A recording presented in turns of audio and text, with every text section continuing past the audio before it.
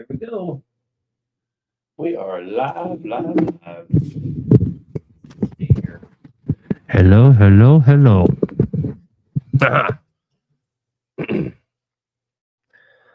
All right, all right, all right, all right. Here we go. How we doing, everybody? This is Hack Nation Live. I'm your host, Aaron Bennett, and this is obviously Hack Nation Live. If you're new here, guys, every Wednesday night, 7 to 9 Central Time, we try to stream on Facebook, YouTube, and TikTok. We are booted out of Facebook, which is our biggest platform for this every single time, until the 8th of September. We are streaming on Instagram, though, which is kind of weird because Instagram is Meta, is Facebook. Kind of silly. I don't even understand how that works. But here we are. Again, as always, guys, this is a call-in show, caller-centric show, where I'm here just to either try to help you out or answer any questions or anything that you guys might need. This show is designed to be about and for you guys.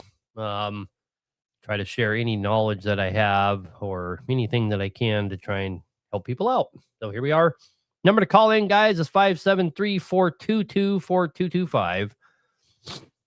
I don't know about all you guys, but I've been watching the developments in the Middle East. Got me pretty concerned. You see that diesel prices are exponentially high. It sure seems to be coming to light that these cocksuckers that run the oil companies have had much more stores of oil than they've admitted all along to artificially inflate the price. And they've been able to keep the price low despite the Strait of Hormuz being closed for so long. It really shows you just how corrupt the system is, man. So they've been ripping us off for the last, how many years, pretending like the inventories are way lower than they are. And now that they have to have oil to keep the price from getting too out of control. Anyway, just bugs me. Number to call in, guys, 573-422-4225. That's 573-422-4225. It's a pretty easy one. What is the process for your valve springs and what's the benefit? You're talking about doing the isotropic super finishing. The process is to remove them. We put them in a bath. It is a type of alkali bath that removes the rust. You guys would not believe how much rust is embedded in valve springs. When we started doing valve springs in the beginning, I almost gave up just because it takes so much effort just to get the rust out of them. It blows my mind. Anyhow, from there, they go into a two-step process, about 4-hour deal under a very, it's a chemical process.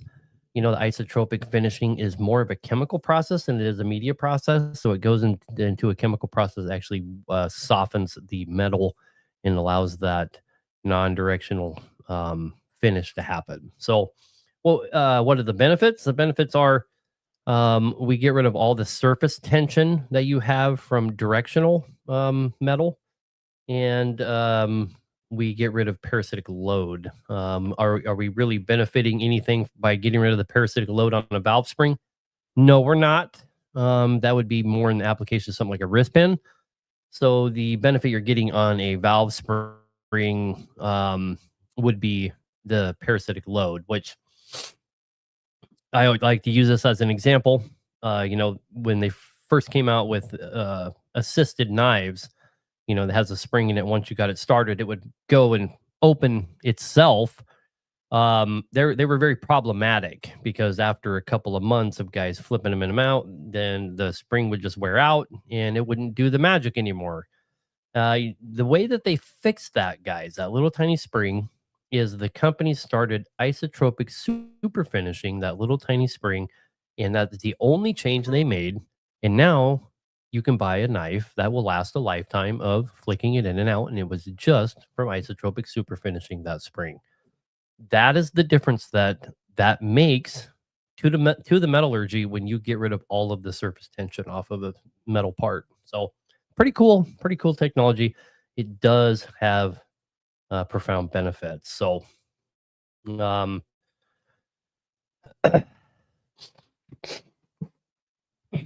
Is it bad to buy a B model cat and a 90 Peterbilt with slow down, guys. Supposedly 500,000 miles on it for 25,000.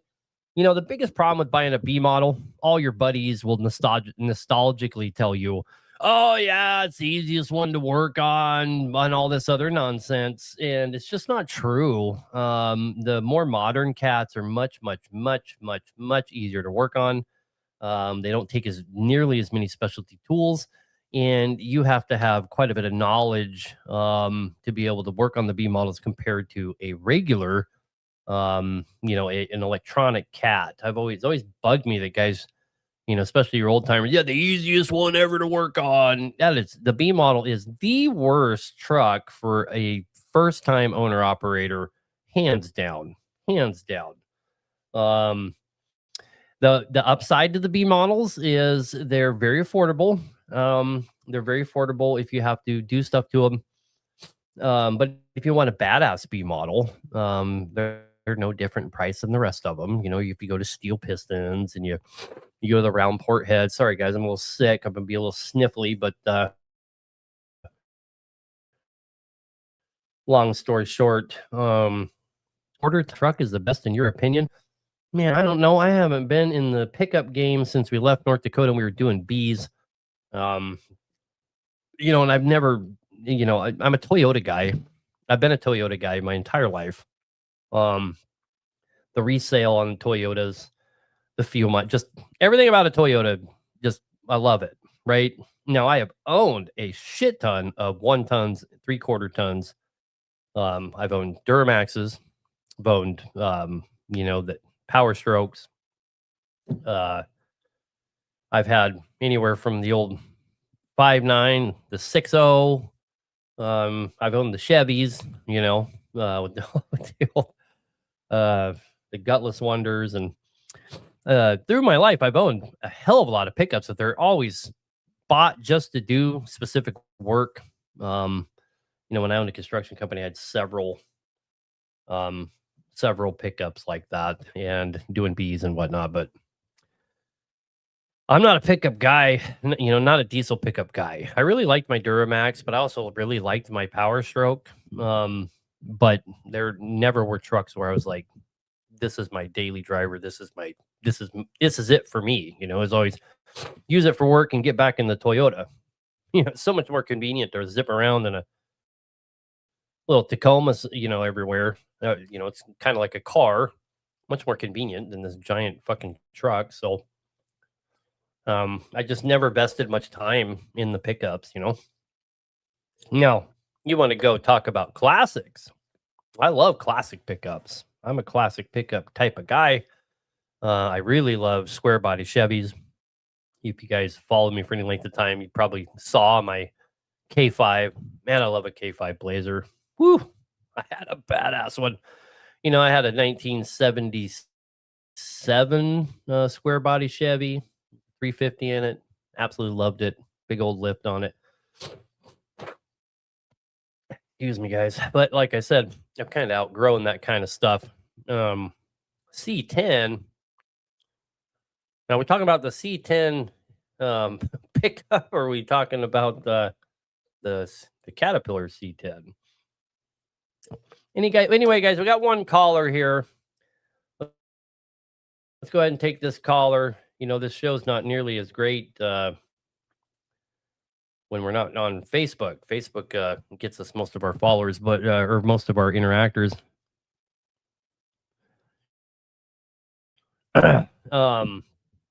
You're talking about the C10 pickup. I have owned a C10 pickup, an old 70s that was given to me, and I had dreams of fixing it up and this and that, and I never got around to it. And I don't even remember whatever happened to it. Anyway, we got one caller. Let's go ahead and take this caller. That way we can see if the phone lines are working. Levi has an MXS C15 Acer, and something going on with his injectors. Let's go ahead and see what he has to say. Levi, you're on the air, brother. What can we do for you? G'day, mate. How you going? Good. I'm just wondering, I've got a C15 Acer that needs injector coatings.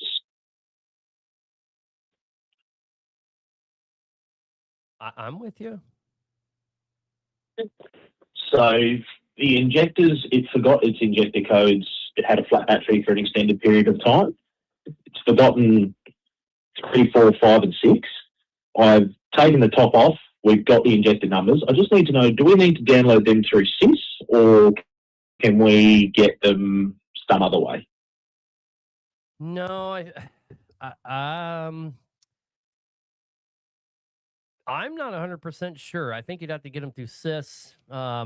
It's been so long since I put an injector code in. Most injectors don't even come with them anymore. It's very rare that I even see injectors that have them. Those injector codes are kind of a fuel optimization. Pretty much everybody that we deal with, Yeah. all the injectors that we deal with are pretty much bench matched on the benches by the time we get them. And it's just really not, they don't even send pin drives or discs or nothing with them anymore. So it's probably been 6 or 7 years since I put an injector code in to match up injectors. So I don't remember, brother. I really don't. Are you having a run? You should not be having a runnability issue due to that, though. Are you having a runnability issue? Yeah, I've got a small miss when it's cold and it's below 1,500 reps, but it's very minor. And I've got a check engine light. What's the check engine light for? Injector codes. Yeah, so we have a bad injector here. We don't have a bad. Okay. We're not missing a trim code. Yeah, I mean, I'm very positive that I'm correct here. Okay, so I'm going to try and get you to chase the right problem. Finding all those trim codes and re-putting them in there, brother, that ain't gonna do shit. I could send you a set of injectors right now and you could swap them over, not put any trim codes in, you wouldn't have any problems. You see what I'm saying? So the injector codes aren't going to give you this runnability issue. They're just to optimize fuel mileage. It's really laziness on the part of CAT, in my opinion, because they'll get you a trim code to get you close instead of spending all the time to change the reads and this and that and getting them perfect. Right? It's just my opinion because I've watched a lot of injectors get. Long story short, you got a bad injector, especially. So here's the thing: if you notice there's a miss when it's cold and it goes away when it's hot, that is a sign of one bad injector, because once the engine warms up, it starts to run so efficiently that it will drown out the bad injector. Yeah, okay. Now, one of the commenters here says if you have to change one, change them all. Now, I'm mixed on that. I fit in both camps. I really do. On one hand, still hard to get good injectors these days. You go and change 6 and then spend the next 3 weeks sending, 1 or 2 of them back till you finally get a good set, right? So there's something to be said for that. And then there's also something to be said for only opening it once, right? I'm not sure where I fit in that camp. Is do them all or just do the one? And I think I think I probably fit in the just do one camp. I'll be honest. You should identify the one that's. How do we find which one it is? Oh, you got to have CAT ET, brother. Oh, I've got CAT ET. Okay, so inside of CAT ET is an injector cutout test that gives you the option of a 1-hole or a 4-hole, and you want to do the 4-hole. Unless it just won't pass that test, then you go to the 1-hole. What you don't want to do is sit there and individually cut them out and tell yourself that you figured out which one it is. That method does not work. It doesn't work well. Okay, so 4-hole and then the 1-hole. Just do the 4-hole, and it's going to tell you which one's bad, for sure. Oh, perfect. Yep, it does the whole test itself. You just get away from it and let it do its thing. About 4 or 5 minutes later, go back and it will tell you exactly which one's bad or which 2. But in your case, I'm guessing it's only 1. Yeah, the miss is very, very minor. It's only when it's, like I said, it's only when it's cold. Yeah. That I really notice it. Which again screams single injector problem. Yeah, perfect. Oh, well, that sums it up then. All right, brother. Well, good luck, man. Beautiful. Thanks, mate. Yep. Bye. It's funny. We have such a huge part of our following is from Australia, and inquiries that we get via email and phone call, but more email because their time is so much different than ours. It's amazing how many Canadians too, but Australians that reach out to us. We are trying like crazy to get our products to Australia. Boy, I think they would just eat them up. I really do. We're trying. Your bypass filter is made in America. Yes, it is. Yes, it is. As much things as we can, guys, we make in the United States. Pretty much every product that has our own brand name on it, for the most part, is made in the United States. I'm trying to think of anything that's not. Obviously, the kits, when we do all the coatings and finishes to the kits, they're not 100% made in the United States. Just because they're not, they're sourced from all over. So I couldn't claim they are, but most of our other products are made right here in the United States, especially ones that are proprietary to just us. It's like our stiffener plate and our bypass and our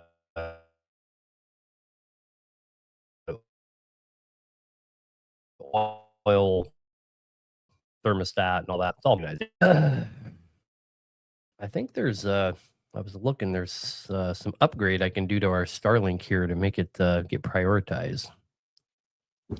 This guy is lying again. What guy?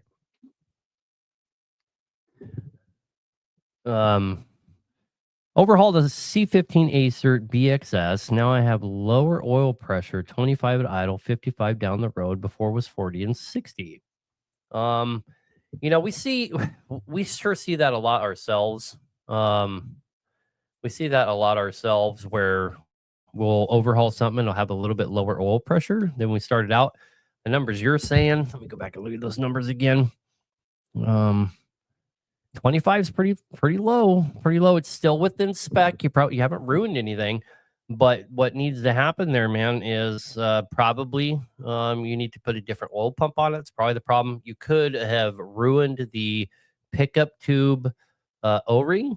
That's one of the most common mistakes that guys make. What they'll do is they'll take that pickup tube and they put it up in there, and then they let go of it and to grab their gun and their bolt or whatever, and then pick it back up and put the bolt in. While it's hanging like that, it flattens that O-ring. And so when you go to use it, it sucks air. That's probably the most common thing we see for low oil pressure straight out the gate on a fresh build. So something to check for. Guys, the number to call in is the least amount of callers we've ever had, but what do you expect? We're not streaming on Facebook. Number to call, guys, is 573-422-4225. What are your thoughts on the current trucking market? What do you think about the self-driving stuff rolling out more for the easy stuff? Well, I wouldn't worry too much about the self-driving stuff, guys. Do I think that AI and robotics are going to take a lot of jobs? Of course they are. Of course they are, especially over the next 10, 15 years. There's no doubt about it. But that shouldn't alarm anybody. It's always been like that. They thought the cotton gin was going to put everybody out of business, and all it did was make owning slaves basically non-existent. Innovations always improve everyone's lives. I saw where Tucker Carlson was saying he would do anything he could to stop trucks from being automated, just save the truckers. Industries don't need to be saved from innovation. An excuse to try and save an industry from innovation. Otherwise, the argument you could never stop making the argument for us to go back to stones and living in the Stone Age. Long story short, what do I see for the trucking market? I think you're going to see a pretty big boom in over the road stuff in specialty parts of over the road. I think that an unprecedented amount of people have went out of business. I think an unprecedented amount of more people are going to go out of business, and I think that the guys that are doing niche stuff in the over the road market are going to do as well as they were doing back in COVID. That's what I think. I think that fuel prices are going to be a bane for a lot of people, and um, they're going to be a blessing for others. In other words, a lot of people are going to get pushed under, and it's going to cause rates to go up for everyone. It's just what I see happening. You're already seeing a lot of guys in niche stuff over the road are doing as well now as they were during COVID. I think, despite the fact that the picture looks really bleak, it really does, and at least looks bleak for the market in general. I think that for the trucking industry, um, better times are right around the corner. I really do.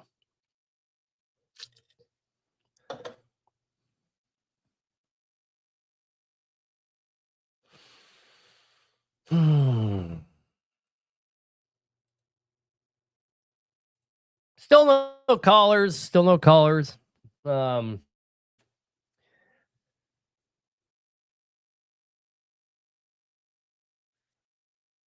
got a 6-inch Z that smokes like a train at 1,700 RPMs and only in eastern South Dakota. Any ideas? I don't even know why I read that comment. That's a. I mean, there's only a few things that can make it run funny at a certain RPM. First of all, 1,700 is pretty damn high for that thing. But maybe you have cam damage. We need to open it up. We need to take a look. You should do that yourself. Lift the valve covers off. You can see everything. Look really good. Your barometric pressure sensor could be fucked up. That's something I would look into. It's the only thing that could really change. Oh, I'm in this area and it runs funny. I go over here and it doesn't. Barometric pressure sensor. Now would be a good time to get in. I noticed trucks are cheaper. You're absolutely right. Trucks have come down in cost substantially, which is also going to hurt all these guys that are going under because they can't get rid of the equipment they paid way too much for during COVID. So it's wrecking a lot of people, for sure. So, I mean, it is a prime market right now for a guy to jump into trucking and have a high level of possibility to be successful, in my opinion. That's by no means advice to go buy a truck. Trucking is a bad business model in the first place. Not everybody's built for it. Most guys that buy a truck, and here's the truth. I'm not trying to insult anybody here, but most people that buy a truck are buying a job. They're not businessmen. And you have to be both. You have to be a businessman if you're going to own a truck. And most truck drivers are not businessmen. And they get themselves all messed up. They don't know how to do finances, and they don't know how to be good business negotiators, and on and on and on and on.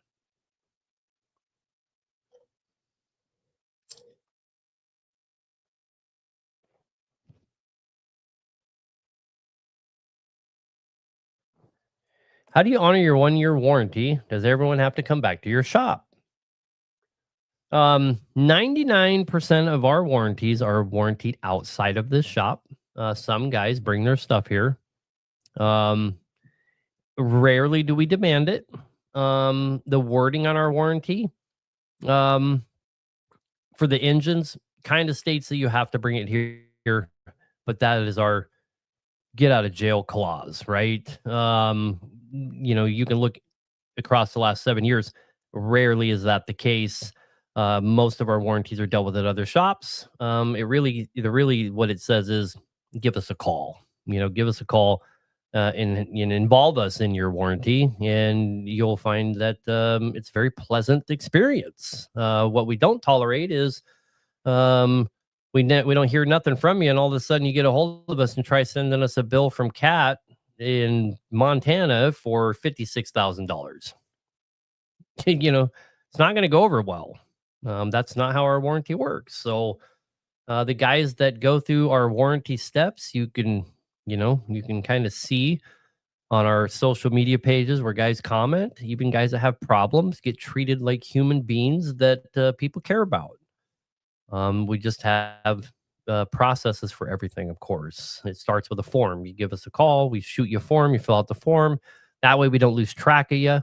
It goes into our system and it updates our support team to make, until there's a resolution, it won't leave them alone. Like you have to resolve this. You have to resolve this. So as long as guys go through our steps, we they have good luck and they have a good experience. It's the guys that don't go through the steps. We got a guy right now that he's been sent the form like 7 times. He keeps blowing my phone and my brother-in-law's phone up, and we'll tell him, you gotta go through the process so we can take care of you. And he just, what do you do, man? What do you do? So not everybody does what they're supposed to, but if they would, we'd treat them like everybody else. Is a mechanic business a better business model than trucking? If you like it, well, it's the business model. So here's the problem I have with trucking. Okay. Will you be successful if you open a mechanic shop? I can't tell you that, because it doesn't make you good at business just because you're not doing trucking. Right. So let's just talk about the problem I have with the business model of trucking in general. The problem with trucking is you go and buy a truck and it's not an asset, it's a liability. So you just formed a business around a liability. That's problematic, right? Right out the gate. Right out the gate, there's a huge problem here. Should be a huge red flag. My entire business predicates around a liability. Okay. And then if you decide to expand and get drivers by themselves, by default, are a liability. So now you have a liability operating your liability, and you're trying to be profitable on a liability business with liabilities operating the liabilities. It's a losing business model. It's a losing business model. The more guys that own trucks, the better it is for me, but I'm just not that guy to feed you a line of shit. Trucking is a losing business model. I believe that I was one of the best to ever do it. I've told my story. Do we have any callers? We don't have any callers. So somebody said, so how do you win? Well, I'll tell you how I believe you win. This is how you win in trucking. There's 2 approaches to take. Okay. The one approach is to get a truck. You plan to operate it. Work on it as much as you're capable of doing. You have people changing your oil and greasing your truck. You're never getting under there. You deserve whatever shit happens to you. You really do. You deserve whatever shit goes wrong to you. Just my opinion. You don't know the ins and outs of your truck. You deserve it. You don't know the condition of your drums, your brake pads. Every trip I ever took in a truck, ever, when I pinned up to the trailer, the very first thing I've ever done, and I had 27 drawers. And when I get in the truck, I roll under the motherfucker and I adjust every single slack adjuster myself, even though I had mechanics that were doing that. When I pinned up to a trailer, I rolled under it. I adjusted the slack adjusters on the truck and the trailer, so I knew exactly where they're at, and I would check the condition of my brakes. At least once a month, I personally greased every truck I owned, even though I had 5 mechanics that worked for me. I wanted to be the guy that rolled under them, and we're greasing them 3 times a week. But I wanted to be a guy that would grease them myself. I want to see what's wrong. I want to go under that. I want to shake every U-joint. Okay, so there's recipe 1 for success. Don't be a lazy ass and get underneath your truck. Okay, there's number 1. Number 2, you have to be niche. You can't go out over the road and start calling all these brokers and play the game. You'll go broke. You got to find some kind of dedicated thing. Now, there's companies you can work for that provide that, like I can't remember who Bob and Deb work for and Charlie work for. I'm trying to remember. Awesome people. Gigs like that. Gigs like they're hauling dirty dirt, around the country. They're doing gigs like that. Or gigs like Coonley Brothers have. You know, you can go be an owner operator for Coonley Brother, stuff like that. Stuff that's very niche, pays well, consistent. Okay. Now, consistency beats that first part. Pay attention. Don't chase the bull hauling. Okay? Don't chase those kind of jobs. You want the consistent.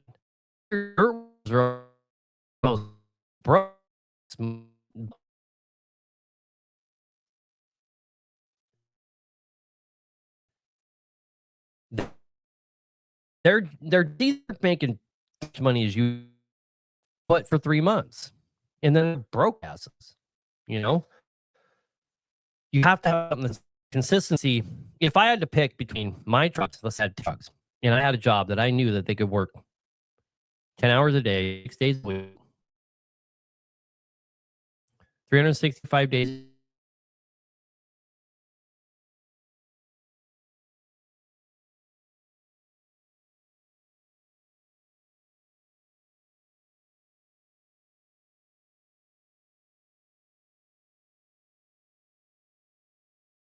Over here says my mic's muted. I think it's back online. Can you guys hear me over on YouTube? It said I got muted over there. Well, maybe if they can't hear me, they won't tell me. Right? Anyway, so what's our third recipe for success? Let's say you want to get big. I see we have a caller. Brother, I'll get to you in 5 seconds. Let me wind this up. I'll try to wind it up real quick.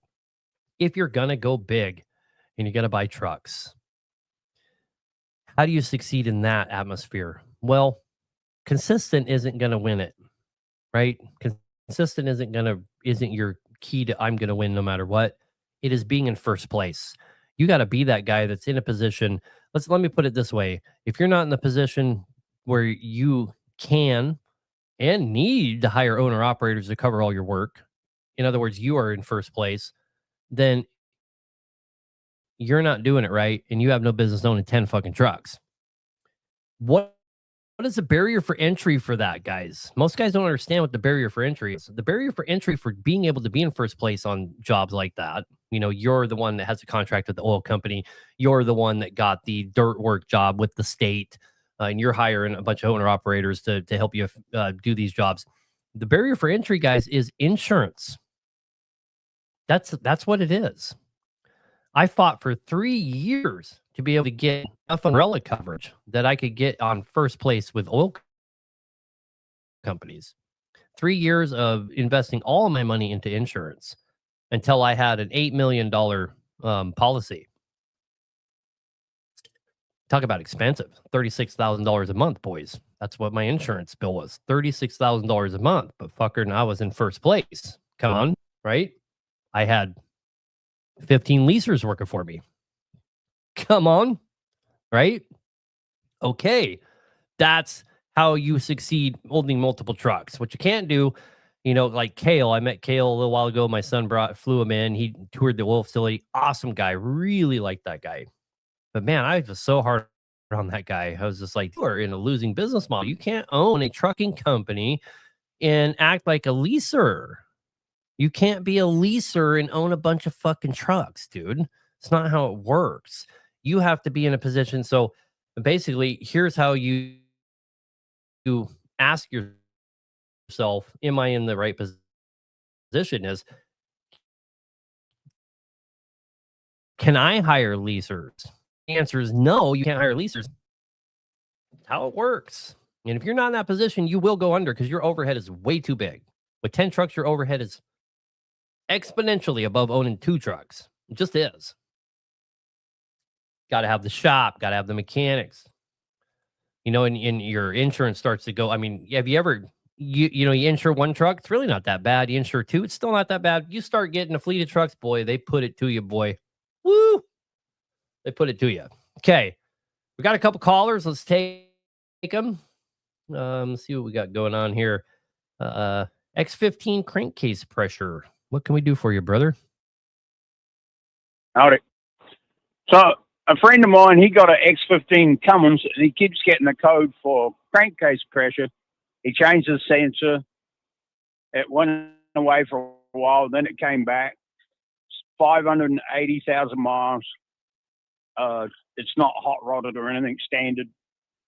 I'm not sure what horsepower it's set at, but any suggestions, or keep on trucking, or Oh man, we deal with this so much. I should know the answer. not to- using any oil, he Yeah. says. Yeah, I should know Yeah. the answer to this just right off the top of my head because we deal with this on Cummins all the time. And I swear I want to say it's a sensor problem. Okay. I'm serious. Yeah, well, that's what I told him, change the sensor, but it came about 120 miles later. It came back on. So Well, there's always the very real he could have got a bad sensor. Maybe, but there's also the very real possibility that we have a crankcase pressure problem. Yeah. You know, There's a red motor. Here's the thing about that red motor. It has a recovery. So, you know, if the filter's still in it, it could be the filter, right? But even with the filter out of that thing, it still recovers oil. So you can't, that's the shitty thing about the ISX, really, in my opinion. Is you can't, okay, didn't think of that. Yeah. You can't sit there and say, well, I'm not using any oil. I don't have blow by. I'm not using any oil. Well, no shit. It's literally got a device in place. So it puts it into the oil pan. So back in there. Yeah. So, you know, a couple good comments here. Pull the oil cap. You know, when this thing's hot, when it's 100 and 200 degrees or something, pull that oil cap and see how much steam smoke we got coming out of the oil cap. That'll tell you a hell of a lot. That's not telling you because of that trap, right? That's number one. Number two, it could be wiring harness problem, right? Okay. But make damn sure you don't actually have a blow-by problem. I mean, because tell you one thing, man, blow-by is not something that people. I mean, people ignore it and pour Lucas in, do all this shit. You destroy the rest of the engine. Yeah. Right. Yeah. The fuse has already been lit. You just prolonging it before it goes bang. So, the only way. So listen up, everybody here.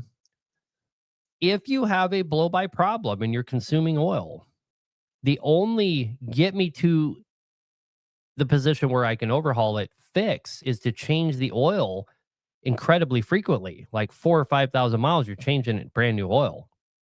There's no additive. There's nothing out there that can keep you from having catastrophic damage to the engine. You open it up and your camshaft's trashed, your crank's trashed. All these things are trashed. The valve train. You can avoid that by changing the oil, because the oil gets super acidic and oxidizes and all that from all that combustion gas burning it up.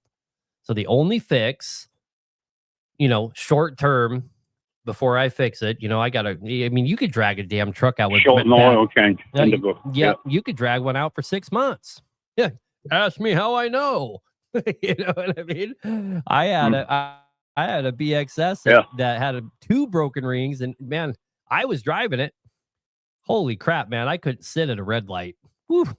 It would fill the cab with smoke.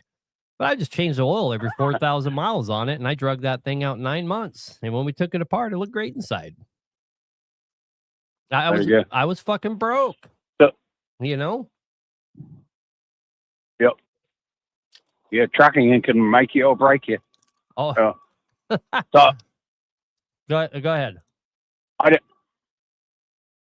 didn't get to call in when my nephew was over here, the one that's driving the road trains, but yeah, some of the stories he was telling, like, he's only 30 years old, but he's been over there a couple of years, but he's gained a lot of experience over there. And some of the things they do, he got stuck one day for 9 hours. It took another road train, a loader, and an excavator to get it unstuck. About 60% of the driving he does is on dirt roads. Yep. And I asked him, I said, how many flat tires you get? Or how often you get a flat tire? And he says, frequently. And I said, So how many spare tires? Because he's got 3 trailers. Yeah, especially on the trailers. I said, how many spare tires do you carry? Yeah. And he says, I carry 12 spares. Oh, okay. And I said, so what's the worst you've had in a day for flat tires? And he said, I had 8 flat tires one day. So, yeah. But and he's got the tools to change them on the side of the road, I'm sure. I had those kind of tools in, the in side all of the trucks. Yep. Well, he just stay on the road. Yeah. Yep. Yeah. Well, but they don't even use a jack. No. It looks like imagine a conrod with the bottom, with the end cap off it. Yep. And it looks like that's been welded on an axle stand. Yep. And they shove it under the axle, and then they just either pull forward or back up. Yep. So and it gets the wheel off the ground. They Yep. got you spoke wheels. Bang, bang, it's done. 2 other tricks I'll tell guys that, we would do on the haul road, because ain't nobody coming to fix your tire there. You carry a block of wood, pull up on the block of the wood, same concept. The other thing we would do is we'd take a binder, throw it around, let this only works if you have an air ride trailer. But I've done it on trucks too. You let all the air out, put that binder as tight as you can, ratchet it up, put the air back to that thing, and it will pull that fucker right off the ground. Yeah, it'll lift that up. Yeah. The dual in front of it will pull it right off the ground. So I've done that lots of times. Yep. Yeah. Even though his truck and his trailers, it's all new equipment, there's not an airbag on the whole setup. Everything is spring ride. And he says, when you're out in the middle of nowhere, we don't want to be mucking around with, I've got to blow an airbag. So, yeah. Oh man, so, I've owned a lot. It's pretty rough riding. I've owned a lot of spring ride shit, and you pay for it with broken springs.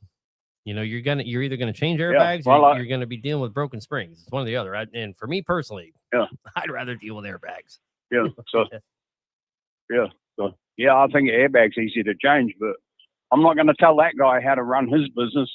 He started as a working in a tire shop when he was 17 years old. This guy, and now the guy that he works for, and now this guy is the biggest private landowner in Australia, and he owns 23.7 million acres of cattle property. God damn. Well, it's cool story, man. All right, carry on. Keep on trucking. I appreciate you, man. Have a good night. You too. Thanks. Bye. Okay, we do have one more caller. So before I go on some damn tangent again, we better take them. Charles Myers, you're on the air, brother. What can we do for you? All right. Well, I'm out here actually with the truck right now, waiting on my father-in-law to get back with some parts. But I've been around it's a 2015 Cascadia with the DD13 in it, right? He pulls up to me yesterday while I'm doing a radiator in the parking lot for a Volvo, and he says, "Hey, I saw you over here. Can you listen to my truck?" And his truck sounds like a damn drum from a drum line going off. And I said, "Well, man," I said, "that's your air compressor's pissing air somewhere." And I was like, I don't know exactly what's going on. I said, last time I did one of those, it was back when we were negative 20 degrees up here in Ohio. I was like, earlier this winter, and I said, I replaced that little blow-off valve at 250 PSI blow-off valve at the top of the compressor because it wouldn't come back down, and put that on it, built it air right away. And said, then next thing you know, they got 10 miles down the road, they lost all their air, and we had to do the air dryer. So I came out here today to look at it and replaced that valve. Turned it right back on after we replaced that little tiny valve, that little pisser valve, and still sound like the drum. So then I was like, well, let's look at the air filter, because I asked him, I said, when was the last time you did that air dryer filter? He said, "Oh, I've never done the air dryer filter." I said, "What do you mean I've never done that?" And he goes, "I don't know." I said, "So for 500,000 miles, you never replaced your air dryer filter?" He goes, "No, I've never replaced that." And I was like, how the fuck did you do that? But so I took that thing off, and that thing black as black could be inside of it. So we put a new one on, still pissing air. And at this point, I was pissed off because it's one of those stub nose Cascadias, and you can't work on those. I mean, everything's so tight in there. And so I called a couple buddies of mine who actually work at the Freightliner down the road here. and one of them's a Master Tech Freightliner. And I asked him, he goes, I would think it's the compressor that's going bad if you're still blowing off on that valve and you already replaced that filter. And I was like, I don't think that's really the case. But so I ended up, I started taking the lines off, at the bottom of the air dryer, and I see a whole bunch of black stuff in the line. So I finally get the line off at the top of the air compressor. And once I get the line off there, we start the truck, and that valve's not pissing anymore. So we replace those lines. Now, me and my father-in-law are in an argument, so I told him I happened to be scrolling on TikTok while I was waiting on parts, and I saw you on here. So I want to know your opinion with the black. It's like black goop. I don't even know how to explain it. I mean, it's thicker than like the thread goop that you would use on like thread pipe or pipe threads. Would you replace that compressor with how much junk it's been putting off? Well, you have to remember, the compressor is getting its air from the boost pressure, right? So it's not really clean air it's getting. You know what I mean? It's not getting the cleanest of air. But if you're seeing that much, it's probably worn out pistons in the compressor, most likely. And yes, probably you need to you need to change the compressor, but that's not a guaranteed. Especially for the engine that you're talking about. That thing's just dirty as hell anyway, and you're getting dirty air through that thing. So, we're talking about a truck with 500,000 miles on it. How many other DD? Oh, it's over 700 now. Right. Well, there you go. How many other DD15s have you checked the lines at 700,000? Are they also like that? Now, I don't know the answer to that, right? I don't have enough experience with DD15s to say that's just kind of normal for them. But I would be wary to say, yeah, man, change that compressor when it's just sooty air. Maybe change. Yeah, I've never seen one clog those pipes so bad. Boy, I sure have. We're always quick to blame it on the compressor, but think about where they get their charge air from. Yeah. You might be better off. It makes sense. You might do the guy a better service just changing the lines and sending him on his way. Oh yeah, that's what. Well, he's frustrated as an owner operator. He does all the shipping container stuff. That's what he does. He hauls from West Virginia up here to Columbus, Ohio, back 3 times a day, and then he was like, he's mad because each one of those lines, it's a 3-piece line there, and then one going from the frame out, so 4 pieces, and they're all $150 a piece. And he's like, man, this is expensive. And I'm like, no, that's cheap. That air compressor is $1,200. Yeah. So the comment. But yeah, him and I were arguing about it. The comment sections, guys are saying it's really common when that kind of mileage, for those to be like that. Oh yeah. See, I deal with a lot of Max and Hinos, and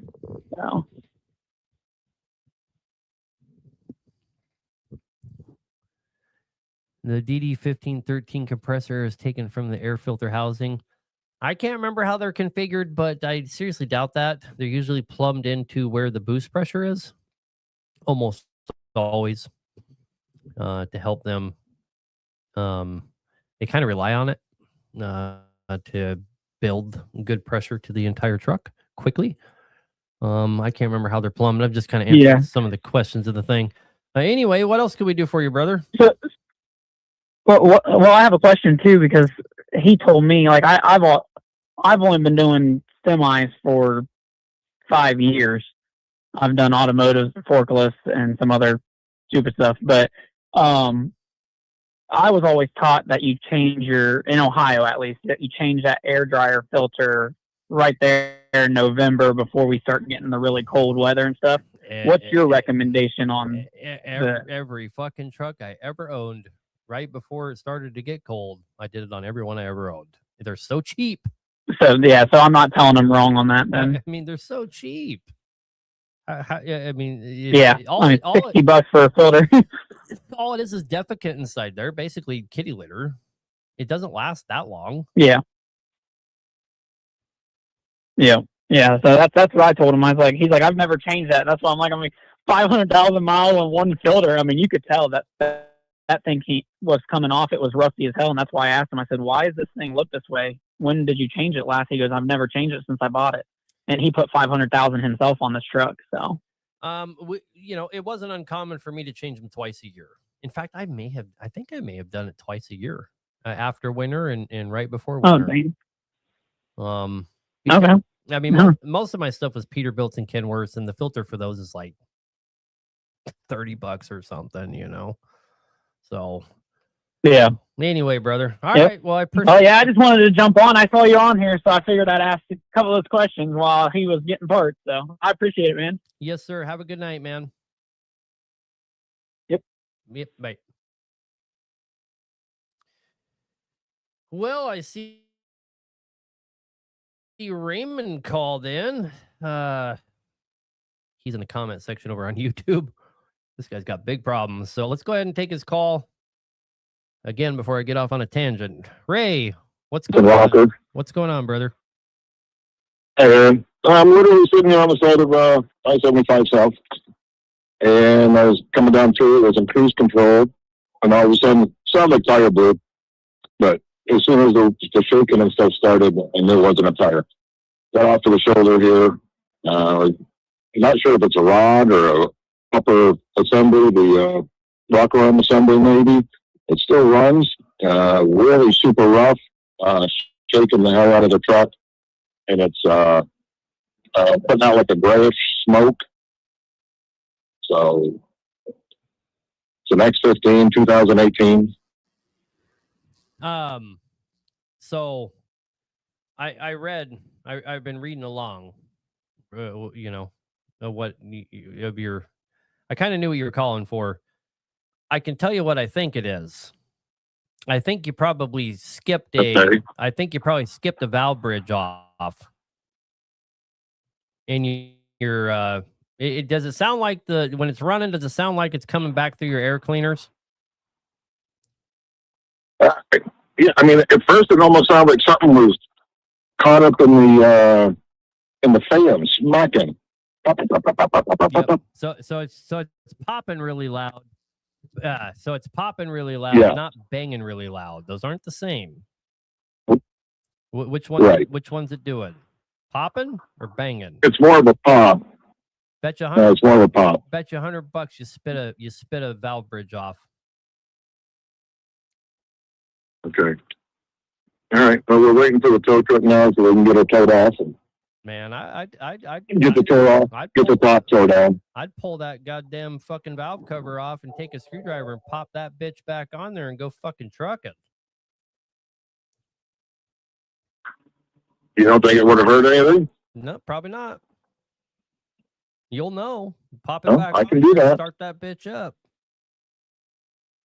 It happens. Right. It happens on those Cummins, man. It happens on them. All right, we'll do. I'll do that. I almost bet you money that's what it is. Okay. Check it out. Let us know. So, all right. All right. Will do. Thank you. Yep. Bye.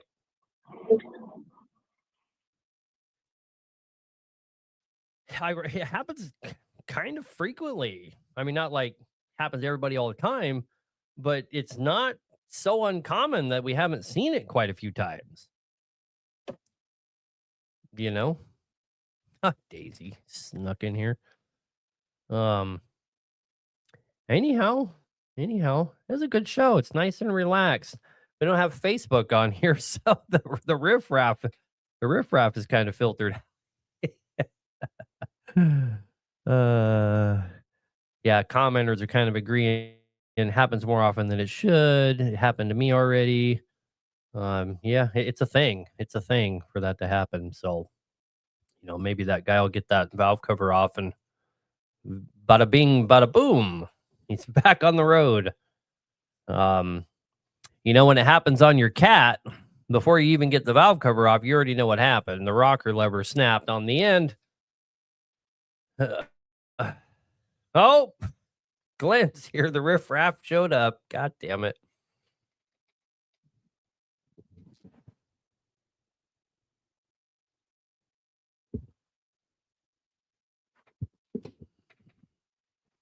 You think if Cummins got the oil pressure down, they'd last longer?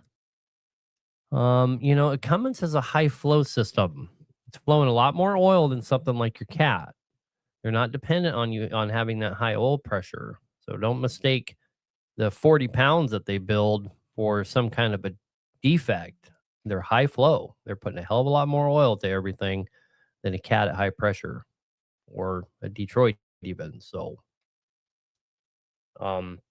it's not a sign of an issue that they don't run as high as the other ones.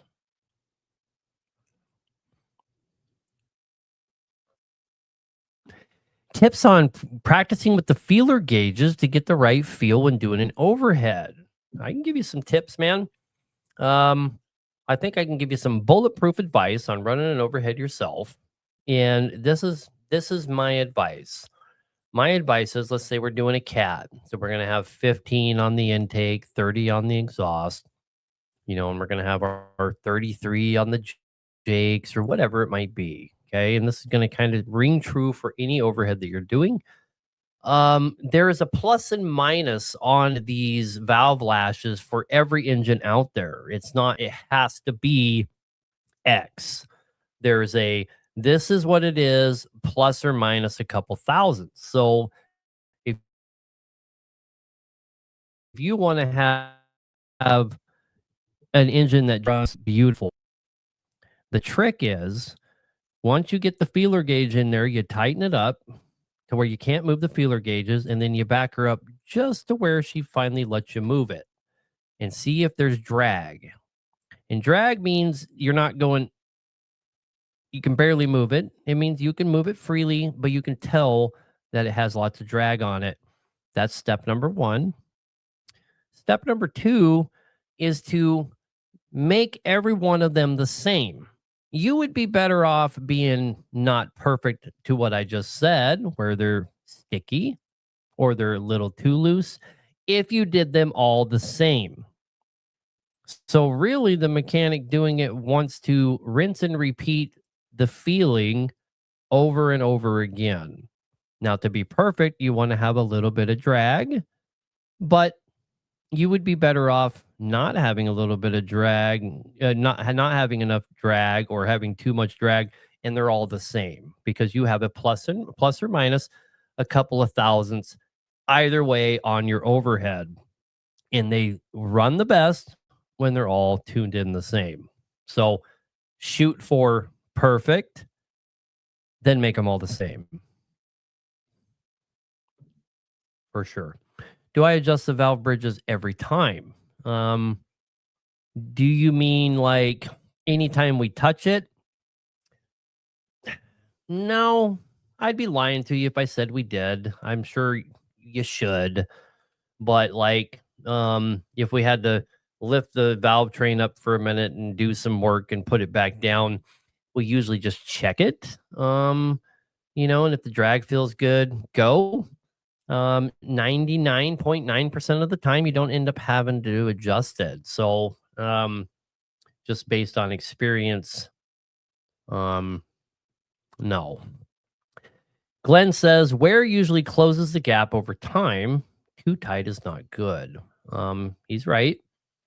I think if I had to pick between the two, I would default being a little looser than a little lighter. I think I would agree if that's what he's implying. I think I have to agree with that. So a little loose around a little, but perfect, guys. It's not hard to achieve. You just have to be willing to loosen her up and tighten her up a few times until you're really good at it. But even if you're really good at it, not every set screw is exactly the same as far as its resistance and this and that. I mean, the best of the best might have to adjust one set screw 5 or 6 times and want to pull his hair out if he's anal about getting them perfect. But the ticket there, guys, to you start up those engines and Glenn's here, but he's over on YouTube, so the ticket, guys, is all the same for those engines that you hear start up and they just sound really good. Those guys got them all the same. Anyhow,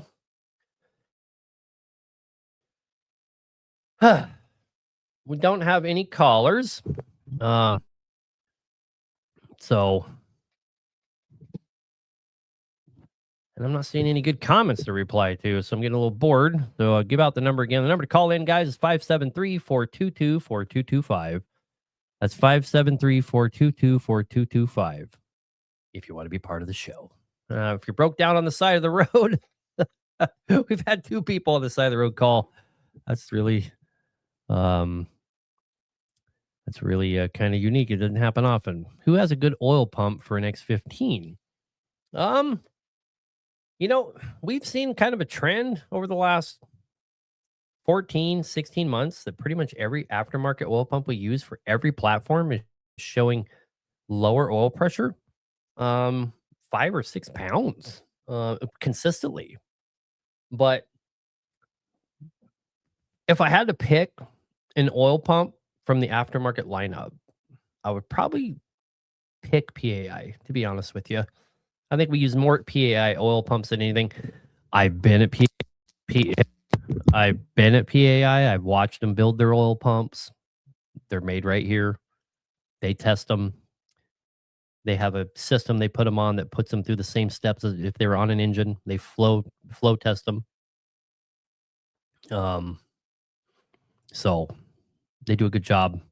We do see consistently slightly lower oil pressure from those PAI pumps, but it's not problematic. An ISX that's fresh rebuilt with a PAI pump putting out 35 instead of 40. It's just not a problem. It's just not. So, yes, they are in Georgia. Awesome facility, awesome people. Don't agree with everything with them. You guys know that, but I'm just not a guy to steer you wrong over my personal, whatever.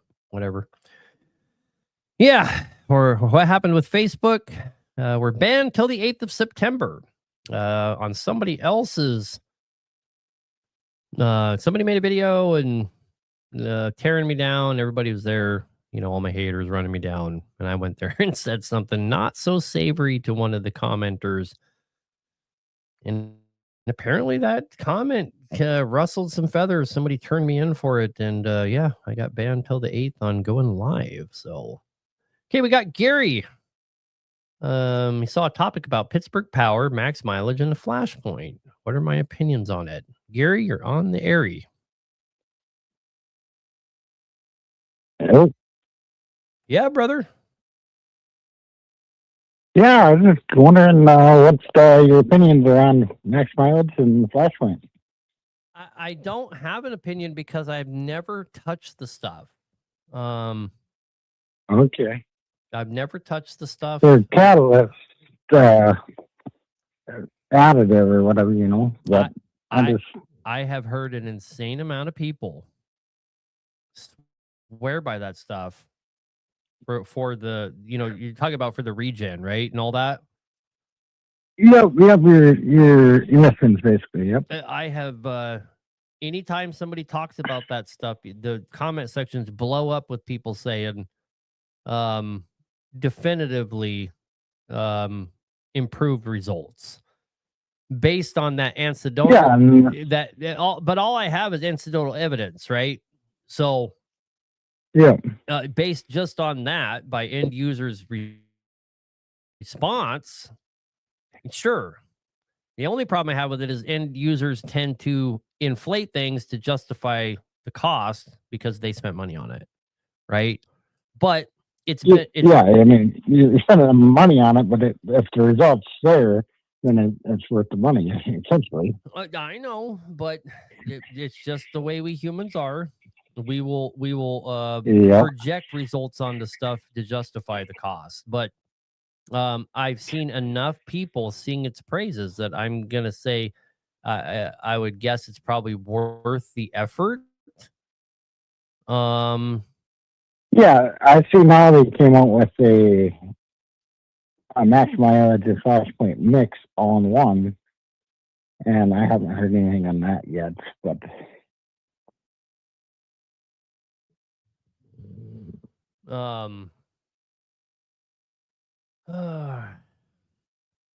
anyway, yeah, give it a try. Yeah. Give it a try. Yeah, I just figured I'd call and get your opinion on it. My opinion is give it a try. and then you call back and tell us. Oh, good. All right, brother. All right, we'll do. Thanks. Sounds good, man. Bye. Ruben, you're up here in Ruben Molina. You're up in my comment section talking shit. Man, you know, you got a bigger following than me. Why don't you take it to social media and we can have we can video battle it out. Come on my live and cry. Oh, how funny. How funny. I promise you don't want to go down that road there though, brother. A lot of your junk ends up here. I said that. I have your junk in my lot right now. You push it too far, I'll help people make informed choices about going to your shop. I will go out and show them the junk that you produce. So might want to calm down about coming in my live and talking a bunch of shit. Not smart on your part. I'm not that guy that likes to throw other shops under the bus. You started it. You started it, but I have a string of trucks that have come from your shop. It's not very flattering, man. Not very flattering. You just go look at go look at our comment sections. All kinds of guys in there saying they went to your shop and got screwed.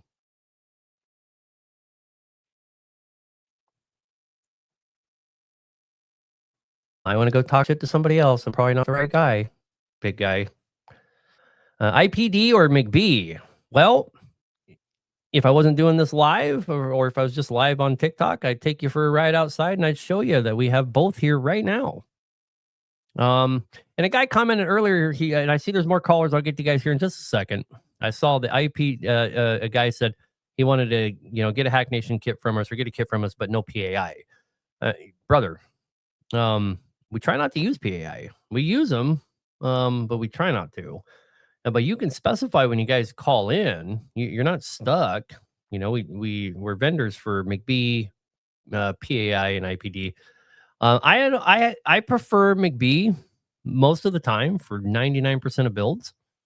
But we use a lot of IPD because IPD makes, IPD doesn't have a very big lineup, but for the lineup that they have is all specialty stuff. So if a guy wants to call in and do, a B model, we're going to push them towards IPD because that's where we're going to get those steel piston crowns from. You know what I mean? So we're in a unique position where we just, what's best? This gentleman here saying PAI is junk. Well, PAI makes the best 12.7 crown out there. So if I'm going to do a 12.7 build, I'm going to use a PAI kit. And I take that back. I really like McBee's 12.7, but 6NZ. Let me take that back. If I'm going to do a 6NZ, well, I just can't get a monotherm piston from anybody else. So I'm going to go to PAI. Hands down, have the best piston. AFA kits for life. Oh, God. AFA's kits aren't bad. They're well built. Same place that makes all these other guys' pistons makes AFA's pistons. I mean, I don't have my big problem with AFA isn't really that their kits are not, that the pistons and liners aren't good quality. Got to listen to what I'm saying about them. It ain't that. Cody, you're on the air, brother. What can we do for you? So I've got a 2020 X15. When it's cold, my oil pressure will run at an idle, run about 25 to 28 until it starts to warm up. Then it'll drop into like the low 20s. But then after it gets good and hot, and I've been running down the road, my oil pressure stays around 19 to 20. But I never, actually running down the road at 1,400, 1,500 RPMs, I never get above 32. Yeah, you're like a couple pounds away from damaging stuff. It's definitely worth dropping the pan and making sure that we don't have wore out bearings or something. We're not losing our oil pressure somehow like that. Yeah, because when it's dead cold, and say you idle it up, it'll jump up to 35. But I didn't know if like where to start looking, and I believe it's you know I believe whether it's it might be. I think it's 12 psi when you're going critical. Maybe somebody could tell me if that's right. Right. I'm pretty sure it's 12 psi. Well, when I called Cummins about it and talked to their tech support, which, you know, like I've seen you talk about before, they sent me all the PDFs on it. It doesn't say anything about running oil pressure, but it does say, like, on the idle that basically as long as you're above 15, you're within specs. And I had a tech at Peterbilt dealer, which is in a W9, but he told me, he's like, Cummins wasn't even tearing it to even see what's going on with it because I'm within specs. I just know I'm on the low end of it. Yeah, and it's true, right? It's true. And I gotta look inwardly and realize that we've let trucks leave here with similar oil pressures and told the guy not to worry about it. You know, and didn't end up with blowing up engines. Yeah. Right. So I mean, but if it was me and I owned it, you know, I'd drop the pan and just check a couple bearings, just take a look. Or at least I would do some oil samples. Okay. Because I've had the truck, I bought it last year, and oil pressure's been like that since I bought it. I put over 100,000 miles on it since I've had it. You know, and I was reading and some of the stuff Cummins sent me about the oil bypass spring that's in the oil filter housing. Mm-hmm. And I'm currently right now sitting in the cabinet, I've got a new oil pressure sensor. And they were saying like that was the first two things to check. Sure. But I guess my question is do you think that oil bypass spring is even worth spending the money on, or have you seen those fail? Or I don't know. You could do the 80-cent fix, pull that oil pump down and put 80 or 8 dimes in there and put it back together and rock out and see if it helps. okay. Because that's, I mean, the only thing I haven't done is tried putting Lucas in it to see if it would raise the oil pressure running down the road. You know what I mean? Yeah, just as a. The answer is yes, it will, but you're not helping anything. Right. So Okay, because that's kind of I'm trying to figure out at what point do I really need to start truly stressing out. You know what I mean? Oil sample. Okay. And who do you suggest for doing that? Because I've never done that on a truck. This is only my second truck to ever own, and my last truck I had low enough miles. I never really worried about doing any of that. Just dump 2 gallons of Pro Lube in it and send her right to the copper. I'll pass, thank you. Oil samples, man. Go to if you don't have access to them, go to Amazon. Under my hood, order 2 of them. Get them coming. They'll come to you quick. Do what it says to do, and see what you got. You can even call back here and we'll look at it with you. All right. All right, and then the other question is, do you have any good shops you recommend for work in the Fort Worth area? Yeah. You have to call in, man. If you call in, we take the time to try and help you find a good place. Okay, I'll just have to give y'all a call during the day one day. All right, sounds good, man. I appreciate it. Yep. Have a good night. You too. There was a comment. Oop.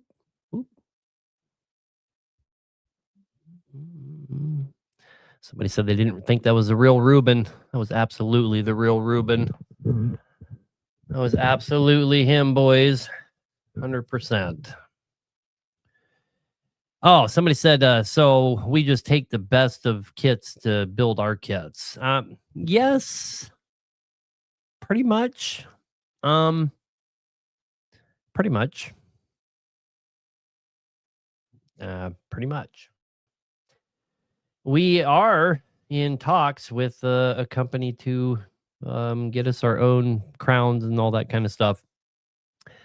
But that's long-term goal just for brand reasons. you know, the more we figure out, same people that would be making our pistons make everybody else's. It's just how it works. So to me, it's not a priority. It's a kind of a priority to my sons is let's get our own pistons, let's get our own this, let's get our own that. But you know, once we start to make these contacts and you know, we throw lots of money around and find out, well, fuck, it's the same guy making them for these 5 companies. You know, so for me, you know, priority just kind of stays, you know, we know what works best. We're able to service people. We're giving people the best product they can get. And that's all I really care about. I don't really care so much about you know, they're in our boxes, they look great. They got that Helen back on them. It's all proprietary. You can go anywhere and get coatings that hold up like ours. We already have the best shit. So eventually we'll have 100% proprietary kit. But yeah, we got more callers. We'll get right back to them. Somebody said, what's the deal with Ruben? Ruben is a huge TikTok influencer. He's got a shop down the road from me. When I say down the road, I'm talking Texas down the road. He's a couple hours away. But I've been here for 3 years in Texas, and we see you know, he's so famous on social media. He does, and you know, he does a lot of people's work, and he's from the Hispanic community. So he's, you know, like the San Antonio here is 70% Hispanic. So locally, he does a lot more local work than we do. Pretty much always local, and you know, ours is more national. And so we do see a lot of local people that have been to him. And they just likes to make videos talking. I'm caring less and less about my never throwing another shop under the bus with that guy. He does horrible work. I wouldn't recommend him to I wouldn't recommend him to somebody who needed a bicycle fixed. And he blames everything on the parts 100% of the time. 100% of the time. You have a problem, it's the parts. And he makes you use OEM and still blames the parts. Make that make sense. Back to the callers. Dan, you're on the air, brother. What can we do for you? Hey, so I got a buddy that is in Lancaster, Pennsylvania, and he's rebuilding the ISX 15. Do you have any recommendation for a shop that could do counter bores, or like somebody that can drive out mobily? Yeah, so here's what I've always done back before I got all my own tools. I would call my local Peterbilt or my local Kenworth. Those guys do that stuff. I've also had Cat. And they drive out. Yeah, yep. You bet. Okay. Yes, sir. Well, I'll send them that way. Yes, sir. That's the ticket. I have had Peterbilt, Kenworth. Well, I appreciate it. So, all right, brother. Good luck. Hey, thank you. Yep. Have a great one. Yep. Bye. Now, in reality, you want to know the real answer to that question. About what you pay a guy to come out and do it, you can damn near buy the tool. So there's also that. And they're really not that hard of a tool to use. What horsepower your N14 builds? Everything we build, guys, we build to the highest horsepower. Unless somebody calls in and specifically, like we just had somebody call in and wanted a 475 ISX, so they could just do a straight swap. But if we're building them and putting them on the shelf, we're going to the highest the CPO will. So our horsepower on our N14s are going to be 5 1/4 when they go on the shelf. They're ready for that.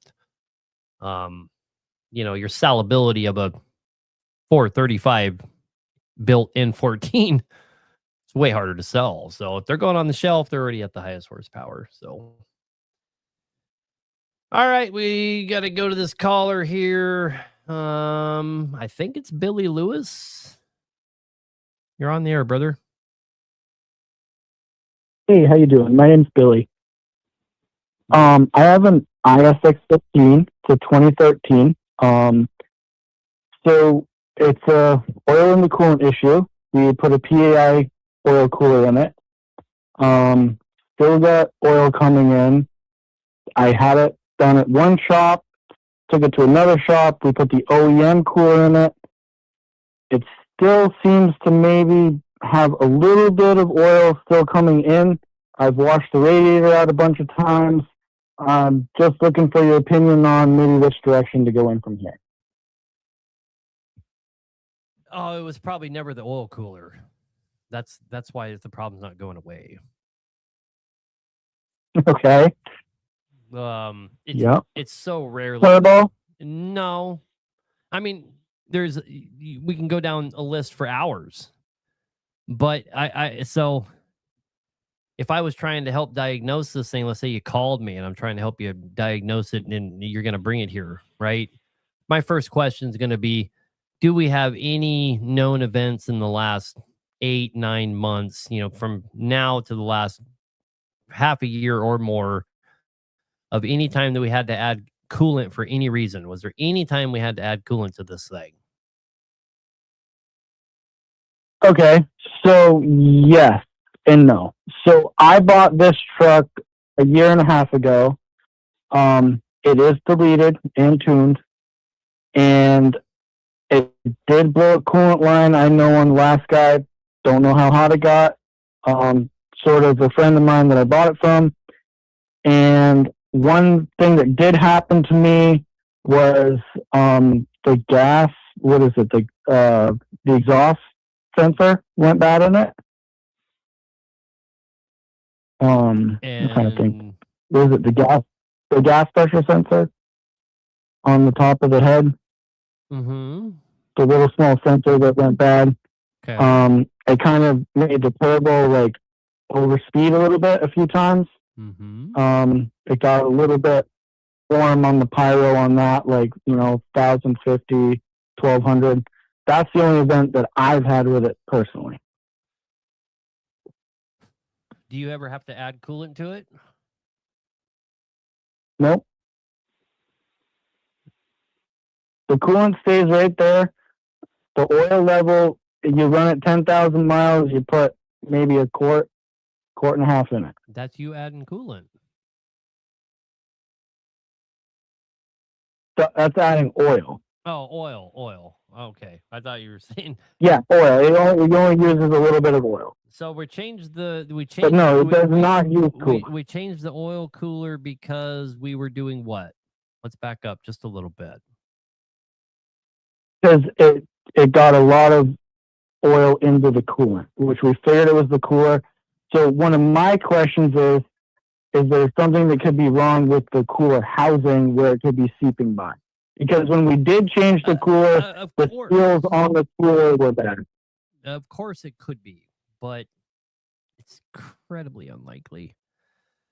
If I was going to take a giant stab in the dark and I really wanted to do the biggest favor I possibly could, like, in other words, I'm guessing from experience and hoping, that I'm not costing you money. Cracked head? Yes, sir. That's right.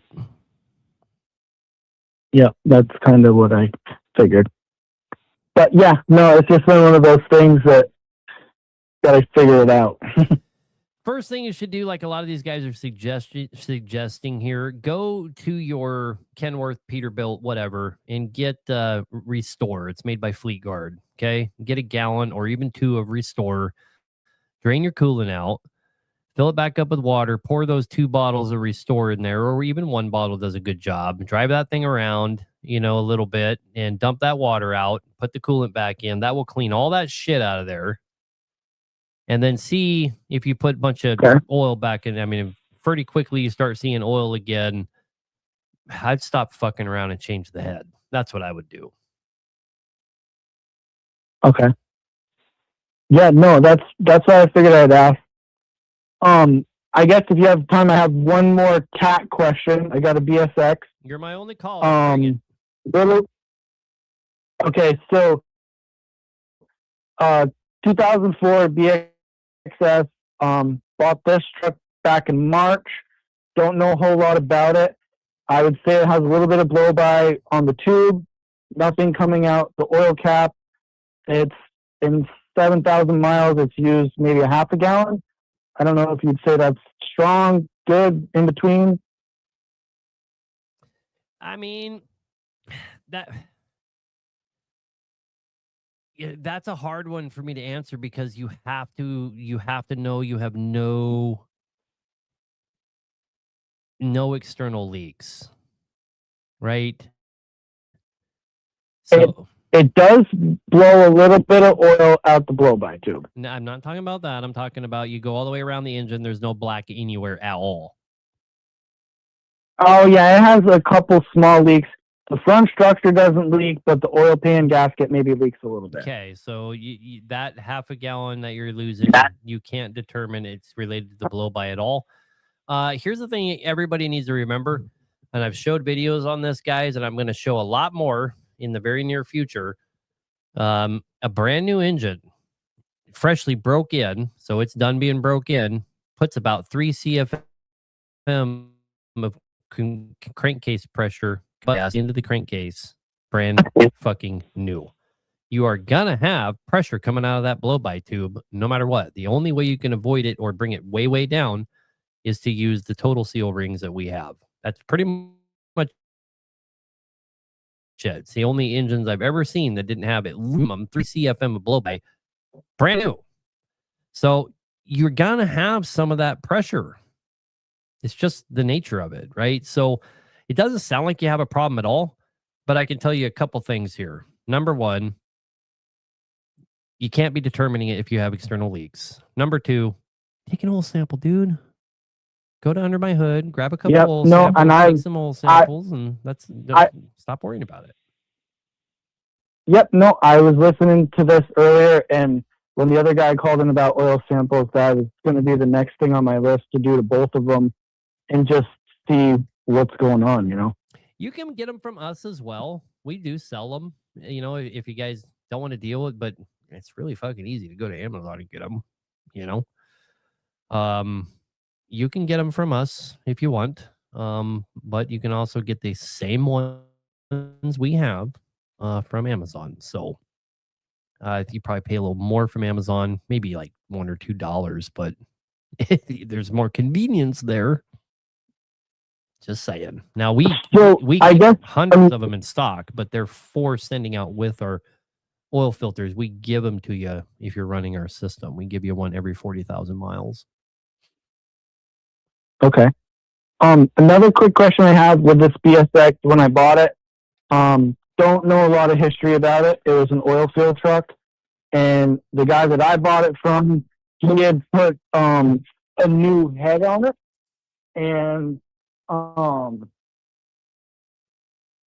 don't know. He didn't know if it had been in frame, but there is a new head on it. Brother man, you're stressing yourself out when you don't need to. Take some oil samples. Quit worrying about it. Okay. All right. Yep. Yeah, no, it's just questions. I know, but they're questions. You got to remember, I was a single truck owner operator just like everybody else. And I worried sick over my engine. And then when I bought two, I worried sick about two of them, right? Take an oil sample instead of worrying sick. All right? Okay, I'll do that. Thank you so much. All right, brother. Good luck, man. You guys have a great night. Thank you. You too. Bye.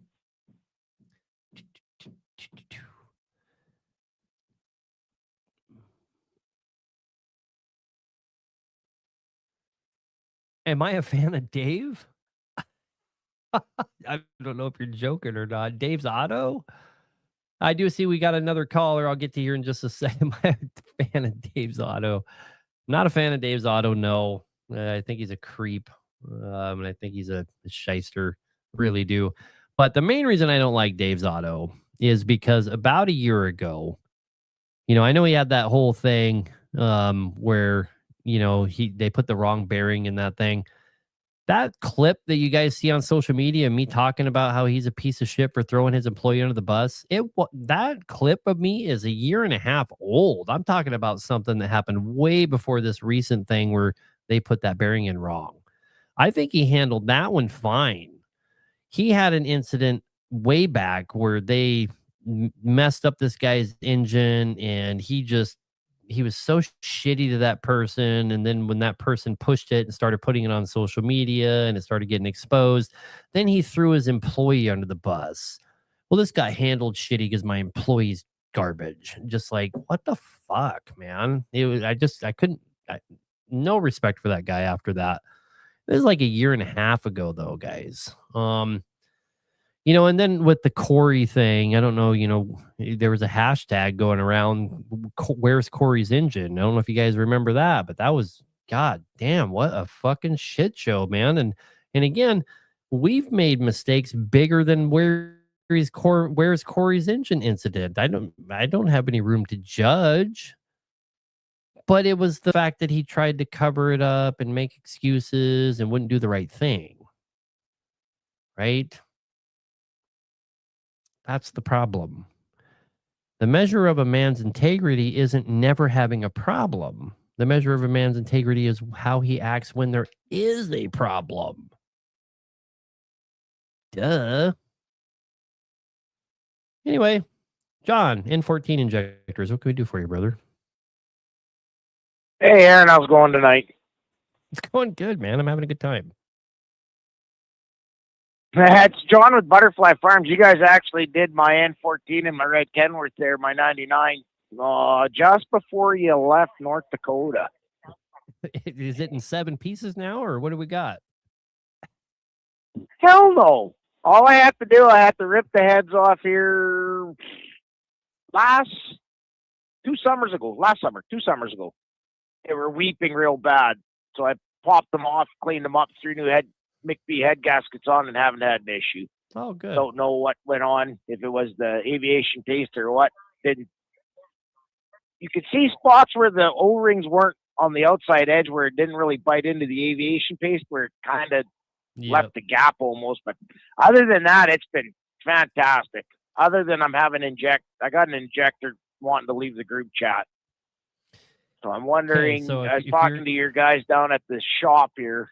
So let me tell you, last week, where we get our injectors, I have been to where we get our N14 injectors. I have been to the fuel shop. They build them from bar stock, and I shit you not, from bar stock. They build them. So they're basically a new injector. Basically, we're not Cummins rebuilt 800 times. They build them from damn bar stock. It was the most amazing thing I've ever watched, and it took almost 2 hours just to get through the N14 part of their facility. It was insane, and they build every injector. They're the only guys I know doing them new, and guys like Premco's got the best. Well, that's actually true. Well, and see, this one, Premco does when have I the brought best. When I brought this truck, sorry, go ahead. Well, when I brought this truck to you, I put McBee's in here. I got from Highway Heavy, and they've been great. They've been in this truck now for going on 4 years. Haven't had any issues with them, other than I've got one now. I find it, but I know one's going, because when you get into the upper gears and stand on it, you get a little bit of a shudder. And then at about 15 pounds of boost, it goes away. And it's only in the 2 top gears. And the old girl is smoking way more than she normally does. Let me tell you. I know, and it's got a terribly rough idle now. Let me tell it to you this way. Premco has the reputation for having the best big cam and the best N14 injectors. Premco builds the big cam injectors themselves, and they do the best job. They have the best big cam injectors out there. Their N14 injectors are made by Interstate McBee. Burp. Yeah, that's what I figured. Burp. I was talking with your guys at the office there, and yeah, I really like the price on yours. Yes, we have great price point. Ours come from McBee. I wouldn't buy them from anywhere else. There, I said it. McBee's the only place I know that's making them from bar stock. yeah, like I said, I've had no issues with these 4 or the 6 I put in, but I'm just debating if I'm going to try and figure out which one's giving me grief. Or it's been going on 5 years. Do I yank all 6 and just throw 6 in and call it a good day? I mean, it's N14 injectors, man. It's almost worth doing all 6 just so if you have a problem, you can warranty them out. You know, fuck. N14 injectors are just so. I'm not going to lie to you. If I order 6 from you, I'm putting them in and I'm keeping my other 6 and running it for 2 weeks before I send them back for core charge. Yeah, no shit, right? No shit. But you probably won't have a problem, man. Those things, you're not going to. Well, I dropped these 6 in and no one can believe the guy that helped me put them in because I'd never done them before. And the guy that helped me put him in, he runs N14s and has his entire life, and he could not believe that I got 6 that lasted for 4+ years right out of the gate. He said, I've never had 6 good ones in a row. Well, take it from a guy that stood in the fuel shop and watched them being made. It doesn't surprise me one bit. And I have stood in 4 different fuel shops. So then I got one more question for you. I was talking to the guys there the other day at the shop about the manifolds and the Hack Nation manifold and your guys' turbo for these N14s. What kind of difference am I going to get in this truck with just a stock engine going to your turbo and manifold? Depends on the combo that you get from us, but you're going to see, I mean, just take me trying to promote myself off the table here. A performance manifold, performance turbo, period, from anyone's going to give that thing, you know,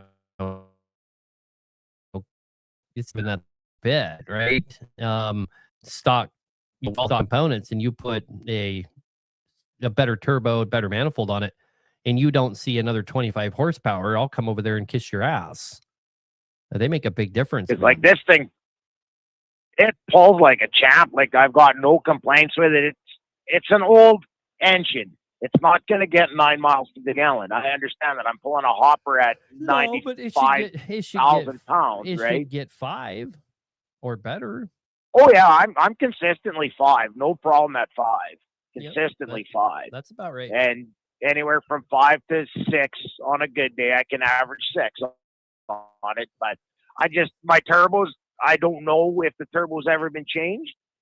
I never changed it when we rebuilt it. We just slapped her back on and sent it when we did the in-frame on it. So it's getting miles on it. Well, you'd be pleased with a good performance turbo and manifold. I about guarantee you that.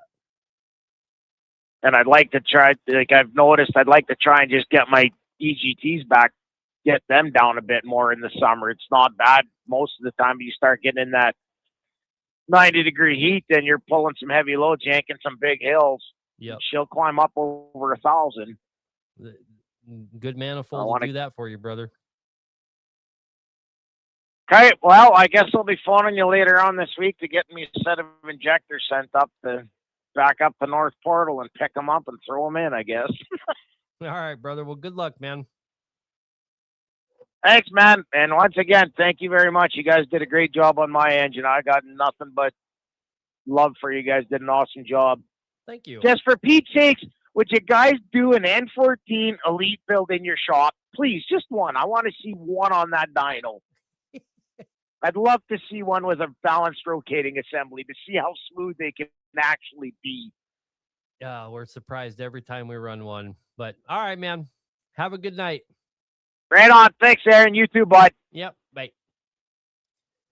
You know, just somebody put in my comments last night. They're like, why don't you just do balanced rotating assemblies on every one? Well, goddamn. Why don't you come balance one with me? A week later, when we're done with it, you'll realize why. Anyway, Ray, we better grab this one. Ray's back. Ray, what can we do for you, man? You opened it up. You don't find see nothing? I'm not seeing anything wrong up here. Look really close. I'm just going to kind of give you some suggestions here, okay? Okay. Look really close at the is this is a single cam or a dual cam? This is a single. Okay, so look really close down the valve train where the rollers ride on the camshaft. Make sure none of those are ate up. Okay. The other thing is look at all the springs, valve stems and springs, and make sure one of those keepers didn't come off. Make sure everything looks normal. And then Yeah, that's what I was looking at. when you look at those valve bridges, man, one can be popped off there and really hard to notice. Look really damn close. Okay. So check those three things. Okay. Yeah, I mean, I'm looking. Okay. I don't see any gouge rollers. You got a flashlight? Yep. Okay. It sounds like there's somebody else there with you. My wife. Okay, have her Yeah, sit. she runs with me. Right, have her sit in the driver's seat and fire that bitch up, and see if you can see where it's isolate where it's coming from, and have her turn it right back off. Okay. Hey, honey, did you hear him? Need to get in the driver's seat and fire it up. And she wasn't thrilled with that.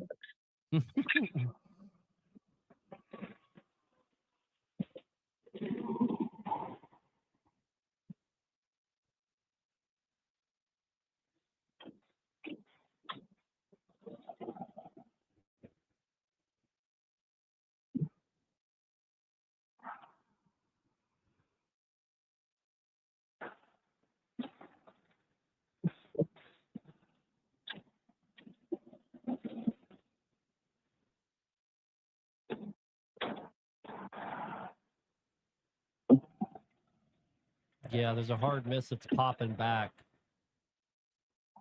Oh, it's not even firing now. Oh no, I'm answering the comment section, so it's not even firing now.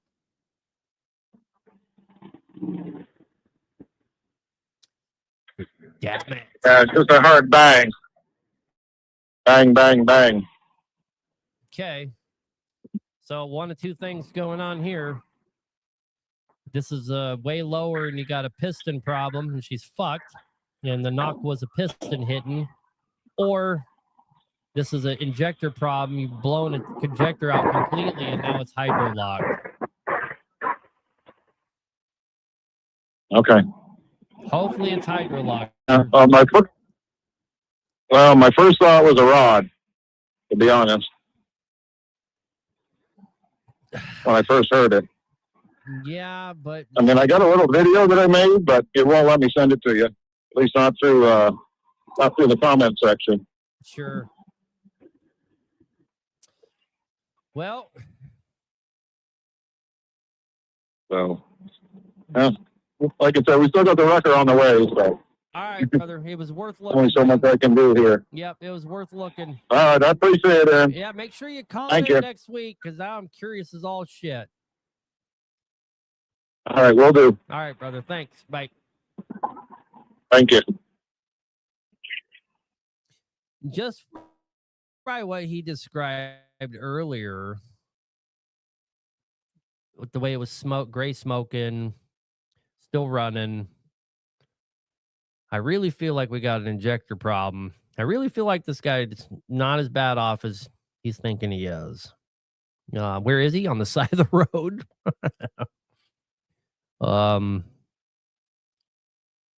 I mean, he may have been to Rod. Of course. May have been to Rod. But just by the way he's describing it's a popping and this and that, rather than a man, when it's a rod. When it's a rod, it's not really a well, it sounds like it's popping, it's more of a she's banging. She's banging. And I asked him, is it banging? He says, it's not banging, it's popping. I mean, I'm hoping for his sake. Greg, you're on the air, brother. What can we do for you? Hello? Yeah, Greg, come on with it. Hey, how you doing? I Good. got a Detroit 60 series with it's on a Volvo, and I'm driving down, and then I'm getting a misfire. And then when the truck sits for a day or two, the misfire, when I fire it back up, it runs perfect. And then again, just constantly misfire.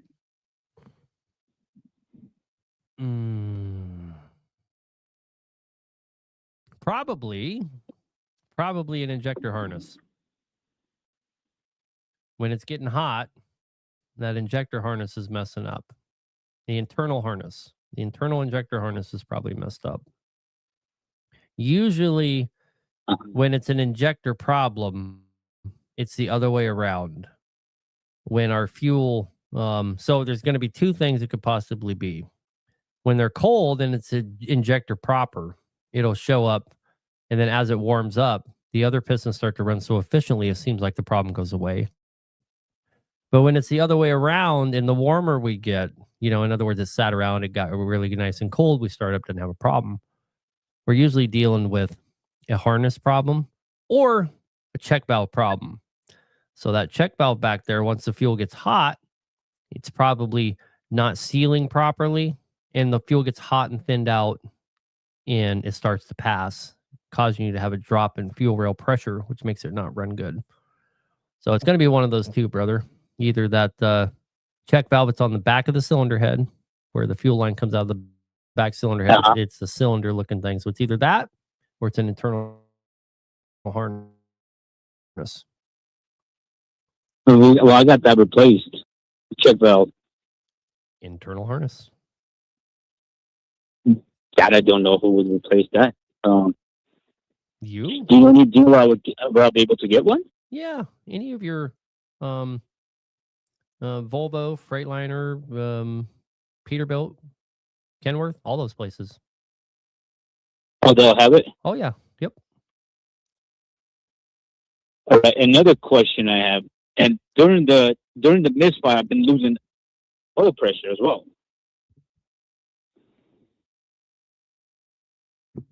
You might have to go more in depth. Describe what you mean.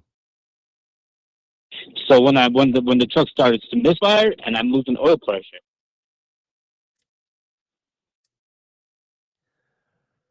Is that because of the misfire? How much oil pressure are we talking? We're talking barely when I'm running, basically about 30 PSI, I'm getting 30. 25, 30. Okay. So let's say you're running down the road and you have 30 and we misfire. What does it drop to? Too low. I'm saying it will drop down to 30. From where? When it misfires. But, from 50, 55, 50. And it just drops for just a second? No. It'll be there until pretty much I park the truck and turn off the truck and let it cool off for a day. Okay, so let me rewind here just a little bit. What the fuck? You might have an ECM problem. Glenn, I just got that ECM replaced too.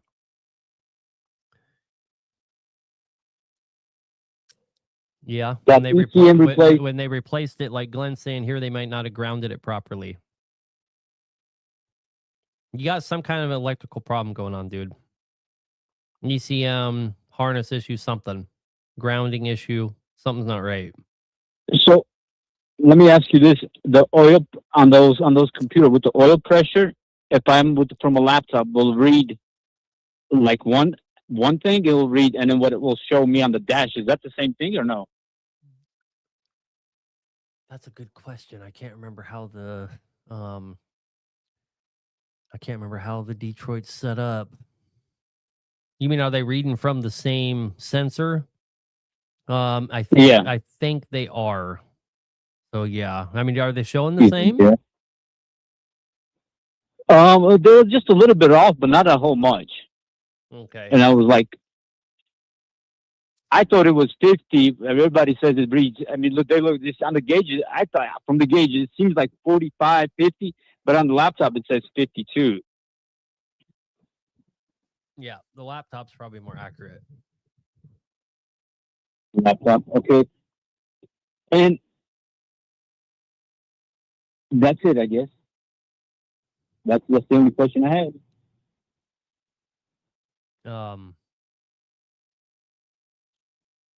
Do you know who can do the work for replacing the injector harness? I mean, that would depend highly on where you're at. I'm actually in Colorado, and mechanics here sucks. So, guys in the comment sections are saying the Volvo uses a fusible link ground. Yeah, you got an electrical problem, dude. Pretty sure. Now, as far as trying to get help where you can go, I mean, you can call our call center and they'll tell you if we have any mechanics in your area. All right. Call who center? Well, do you not know who you called? Yeah. Oh, you call you guys. Okay. Yeah, man. All right. But you guys won't do the work yourselves over there? No, but doesn't mean we wouldn't help you. All right. Call it in. Maybe I would like somebody who knows what they're doing to touch it. I'm tired of paying money. People don't even know what they're doing. Come on down here. We'll send you over to Ruben Molina's. He'll get her fixed for you. I'm kidding. Anyway. Yeah, I mean, we could try to help point you in the right direction. Give us a call tomorrow, brother. Thank you. All right, bye. Bye. Call Detweiler. You know, I always felt bad. We don't do Detweiler's social media anymore, but, you know, back when you guys used to give him such a hard fucking time, I always felt so bad because we managed his social media. My boys are phasing that part of our business out, so yesterday, I think it was, I made a video talking about, and I did today too, how many people on social media we actually manage their media for them, or we did. Yeah, and we're trying to phase that part of our business out. In fact, a lot of the guys that worked in our media department have moved here. I just moved one of the talents into the office right behind me to help do media here. But back when you guys used to give that wife such a hard time, I felt bad about it because we managed his social media accounts. That's so funny. Anyway, which one are my boys? Bennett Truck Center, and Bennett Media. Those are my boys. So, how big is your media department? Yeah, it was big, man. We've scaled it down to almost nothing. We have a few accounts that we're running out our contracts on, and we're going to finally close it down. But to kind of put you guys into perspective of how big the media company was, it did about 200,000 a month in revenue, just managing other people's media accounts. It was pretty big, pretty big.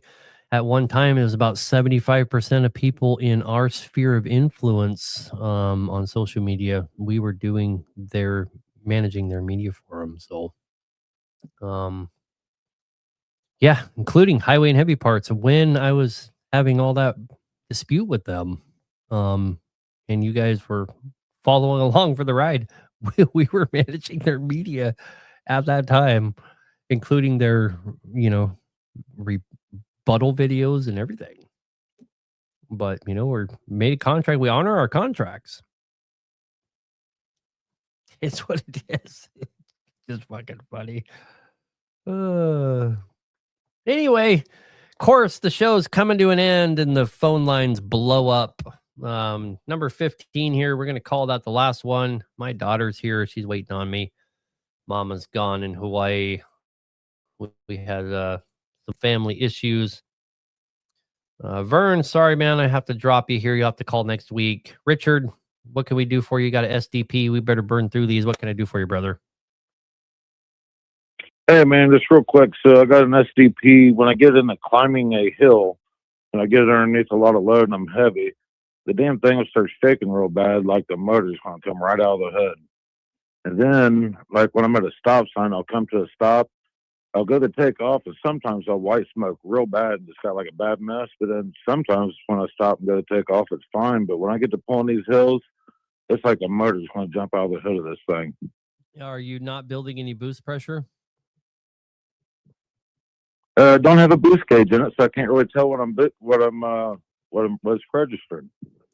Does it still have? But I mean, you can hear the turbo whistling the whole time I'm climbing. Is it deleted, or it still has all the factory exhaust stuff on it? It's deleted. Now here's another thing. So the check valve in it for the return line, I replaced it, and then I bought another one. And when I replaced it, it still kind of does the same thing. But when I replaced it with an SDP one, the true SDP one, it shudders like nonstop. I mean, it won't quit shaking from takeoff to end just by changing that check valve. And I didn't know if maybe the original check valve I got was bad and this one's bad. Could that be? I mean, the problem you're describing, check valve could certainly cause that problem, but I mean, fuck, the SDP, especially deleted, man. You're asking a whole hell of a lot out of me to diagnose this thing. I'm not gonna lie. Over this phone call, anyway, the SDP just has so much going on, and then guys delete them, and there's so many different cans of worms we could open from it being deleted. Jesus. I know I didn't know with all that white smoke, maybe it's just sure I'm thinking, or maybe a turbo, like certainly kind of screwed up a little bit. Nah, so unlikely it's a turbo. First of all, Acers have one of the most bulletproof turbos ever made. And then the SDP is even more bulletproof than that because they went to a ball bearing turbo. Goddamn, I've never in my life seen a bad SDP turbo. Never seen it. Right? I'm not saying it's not possible. I ordered. I wouldn't start there. Yeah, I ordered one from you. I ordered one from you just in case. I don't know you. I just want to change it first for shits and giggles, but I didn't know if that could be the problem or not. I was like, well, there's just I took it to a mechanic and they thought it was. I took it to a mechanic and they can't really figure it out either. First thing you need to do is do a proper Cat ET injector cutout test. All right. 100%. Then from there, we need to make sure that our air-to-air system is holding good air. That would be the first two things I did. Make sure you check to see if there's any check engine lights, and make sure there isn't any codes, and you could just track down and figure out what that code is. So there's three things for you, man. Whatever you do, whatever you do, don't throw parts at it hoping to fix it. All right. Yeah, because anytime I get up to like 70 miles an hour, even if I'm on flat ground, I'll do the exact same thing at 70 mile an hour, start messing real bad. Yep. So. Alrighty, I'll get them two things checked out and take her from there. All right, brother. Good luck. Thanks. SDP, what a pain in the ass that engine can be, and it's deleted. Whew. There's just no good deletes out there for them, and everyone can be differently deleted. And anyway, guys, if you're calling in now, I'm not taking any more calls. I got one guy left on here. We're gonna go ahead and take him. My daughter's here. I got to take her home. So let's get on with it. 5EK Thomas Kroll, what can we do for you, brother? Hey, thanks for taking the call. Thanks for doing everything you do. So I had it rebuilt and started driving in April, and then last winter when it got below 40, it would smoke so bad. It was bad. Tried a new head on it. Tried a new head. Oh man, anything my mechanic wanted to try. We tried somebody else's ECM. Doesn't matter. When it gets warm out in the summertime, it doesn't do it. But if you start it below 40 degrees, it's gonna smoke bad. Sure, but does it clear up? Yeah, once it warms up. Why are you worried about it? because it's just horrible color. So lots of God, that's so loud. Sorry, I got to turn you down a little bit. Your 8501 injectors in the cold, about half the time I see 8501 injectors in extreme cold, they do exactly what you're talking about. They warm up and it goes away. I've never seen it be a problem, other than it's annoying. I think you're really trying to fix a problem that's not a problem. All right. Yeah. Well, 8501 injectors, white smoking on a cold startup in like sub-zero weather.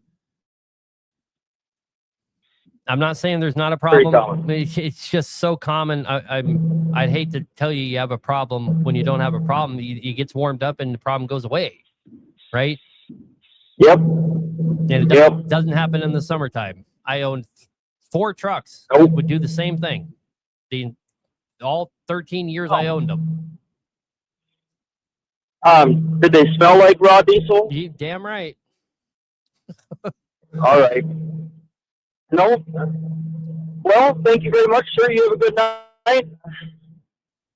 Yeah, I would quit throwing money at it, man, and go trucking. The best thing to do. The best thing to do for that engine is the second you have air, put her under load. In other words, get moving. Yep. Warm her up faster. Yep. All right, brother. Oh, hey, thanks. Yep. Bye. Have a good night. Bye. You know, and I might get some grief for telling him that from you guys, you know. Oh, it's smoking. He's got a problem. I'm just reaching back into my own personal experience, owning a lot of 5EKs, 6TSs. Yeah, even 6NZs, you know, that have those 8501 injectors, even the 8502, but really the 8501, running them in Arctic temperatures, Alaska, North Dakota. I never owned one of them that didn't smoke like a motherfucker when it started it. And it just goes away after just a little, as soon as it warms up just a little bit, it goes away and you go trucking. So yeah, loading up the old parts cannon. You know, I'd rather give the guy my personal experience and instead of steering him down this road where he's, put a new head on it and he's done. Jesus Christ. You're trying to fix a problem that it's not actually really a problem. Just my opinion. Anyway, boys, probably the funnest show I've had in a long, long time. Too bad Facebook wasn't here to join in on it, but it is what it is.